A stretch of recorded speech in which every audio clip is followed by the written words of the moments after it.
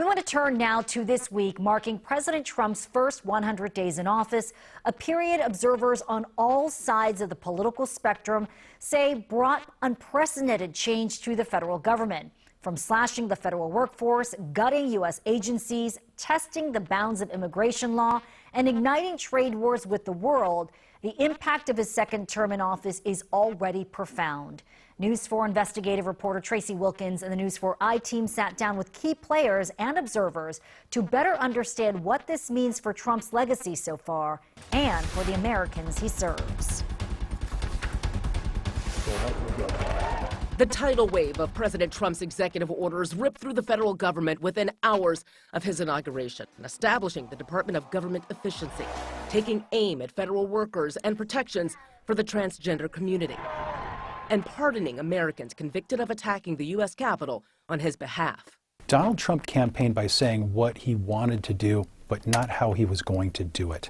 We're now getting into the weeds and the details, and the devil's always in the details. Presidential historian and author Todd Belt says the force and speed with which Trump has moved is one for the record books. To see 75 executive orders within the first few days was absolutely tremendous. Especially when it came to an executive order stripping diversity, equity, and inclusion efforts from across the federal government and beyond. Its effects were immediate on federal workers, but are still rippling through corporate America. Nobody thought it was going to be as broad as cutting funding to universities and just the wholesale strong-arming of American corporations on the issue of DEI. Within President Trump's 140-plus executive orders so far this term have been some of the policies recommended in Project 2025, the Heritage Foundation's plan for a conservative administration like Trump's.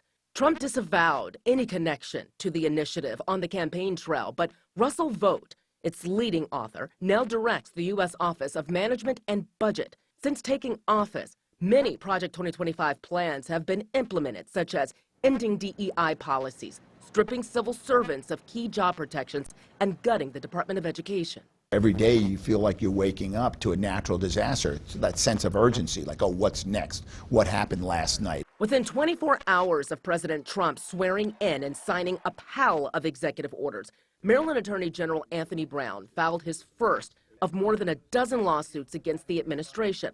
His office has joined with largely Democratic-led state attorneys general from across the country to challenge many of Trump's policies in court. He is challenging constitutional principles, constitutional authorities and powers. So our lawsuits are calling him out for just that. Brown's first lawsuit opposing Trump's executive order challenging birthright citizenship soon heads to the Supreme Court.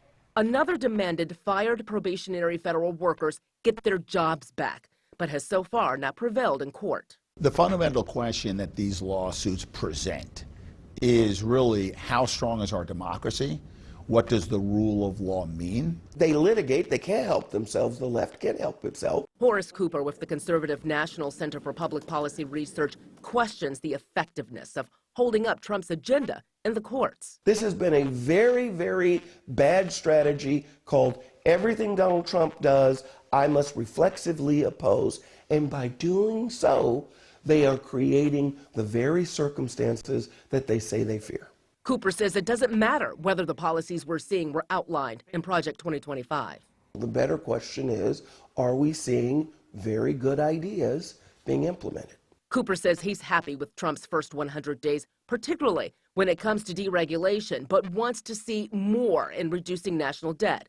He expects more cuts to the federal government and suggests federal workers prepare for just that. Particularly to Black America, work in government is a terrible strategy. Eventually, we won't be able to afford this.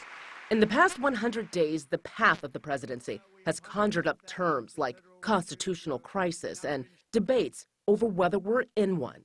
We're at a real precipice right here.